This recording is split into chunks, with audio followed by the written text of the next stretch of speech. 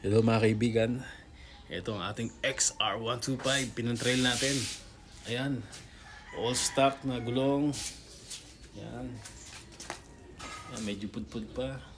Stock na kadena. Sprocket. Stock tar sa harap.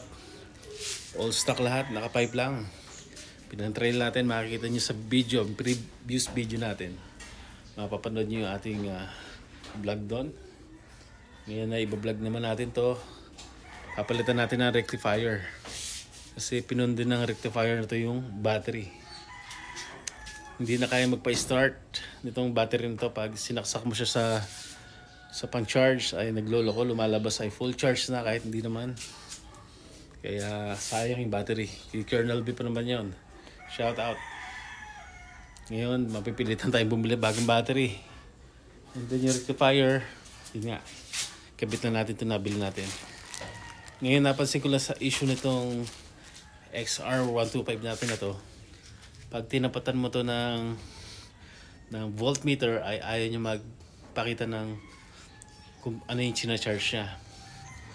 Sabihin natin kahit 6.6 volts lang yung nilalabas niya, wala, zero.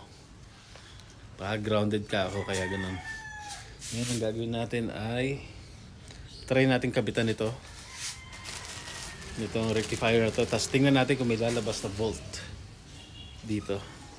Okay, let's go. Ito na mga kaibigan, bakalsin na natin ang ating stock rectifier, yung sirang rectifier natin. Ito na po, kinalas ko na at tingnan natin yung pagkakaiba nila o pagkakapareho nila. Let's go. Alright guys, nabunot na natin ang ating stock rectifier. Ayan. Lumaluba na siya. Yan yung itsura ng stock. Tingnan nyo mabuti. Yan pa yung code nya. Yung kailangan ng code, ito yung code nya. Yan. Alright. Ngayon naman, buksan natin itong ating binili. Itong e-power. Extreme power. Baka naman. Bumili lang ako yung nakita ko sa shop. Ito ano lang yung nakita ko. Ito yung nakita ko. Kaya shout out sa gustong mag sponsor kay Wonder Bay. Ayan. Ito mga sariling sikap lang to muna.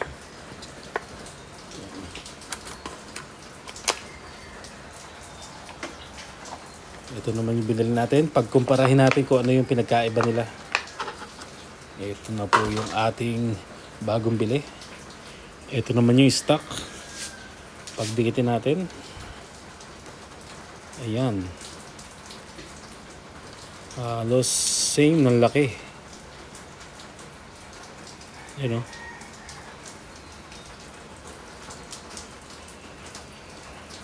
In design lang ng stock, merong ganito. Naangat.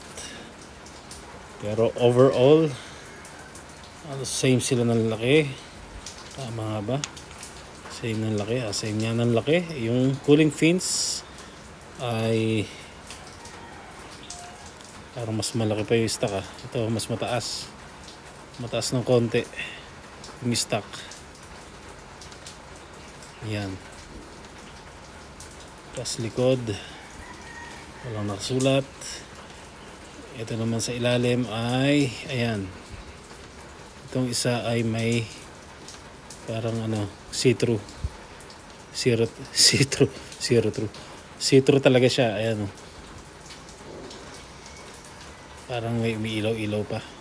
O sakali. Kasi may sinasabi dito sa lagay niya. Ayan, may LED symbol pa. Ayan. Pag green ay okay, nag-charge daw. Pag patay green, hindi nag-charge. Pag green on, ano pa? Working properly daw yung rectifier, pero pag green off, red off, not working properly na yung rectifier. Yan. Ano pa ba? Titingnan natin yung code. Peres ba ng code? Iba yung code na stock. Anyway, salpak na natin to. Tingnan natin kung may ilaw. Pero alam ko dapat grounded eh. Sige, subukan natin. Salpak natin to. Let's go. Let's go sa go. Yan, salpak natin. Tingnan natin kung iilaw na kagad siya.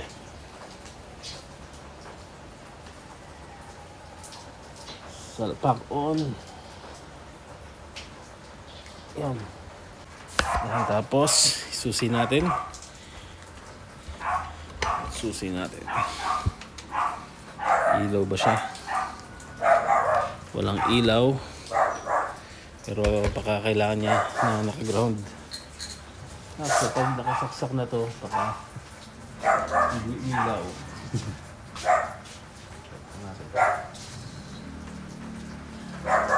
Oops.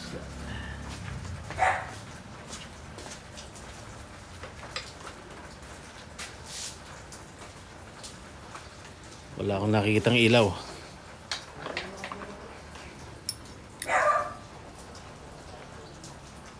Baka pag maandar.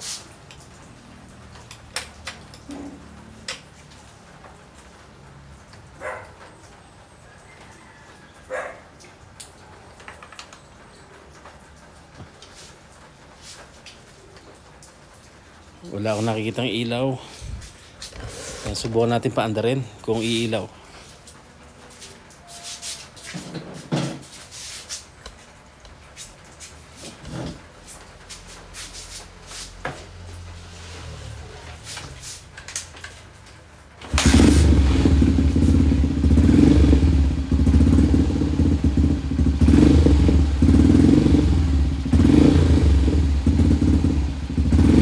Umiilaw. Pero kita nyo ba? Ayan. Alright. Ngayon ko lang nalinawan. Ayan.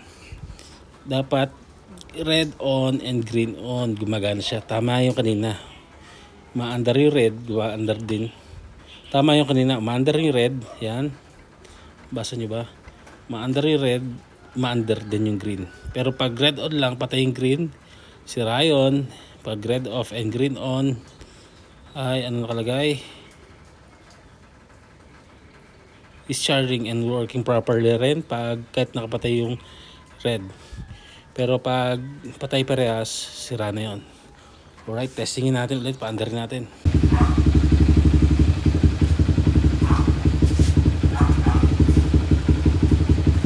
Lesson learned tayo. Hindi pala gagana yung voltmeter. Diretso dito. Tapos na-ready pa ako. Kaya subukan natin gamitan itong tester. Sa 10, pumapalo siya ng 7. 7. Yan, nilagay ko lang sa 10. Palo niya ay naglalaro sa 7 volts. Yan, normal yung charging niya. Ayos. Pero pag ginamitan niyo ng voltmeter, ito. Yan, voltmeter. Direkta doon sa ating terminal.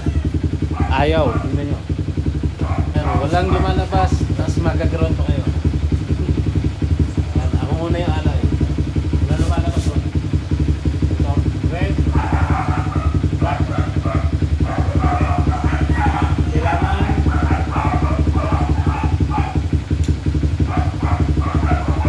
Kailangan gagamit talaga kayo ng tester. Lesson learned sa mga amateur. Yan, ako yung alay. Actually, nag-church siya around 6 to 7 volts yung binibigay niya. Nilagay kasi natin sa 50, hindi natin mabasa yung baba. Okay na yung charging niya. Buo na ang ating rectifier. Nasira lang sa Nasira nga lang yung aking battery. Yung bigay ni Colonel B. Sayang. Bago pa naman yun. Gumagana pa yung push start ko doon. Naging ala yung battery niya na nagpapatunay na sira yung ating rectifier. Sayang. Okay, sige. Kabitan natin ng bagong battery. Order tayo sa Shopee. Wait natin after ilang days. Tapos kabitan natin. Okay, let's go.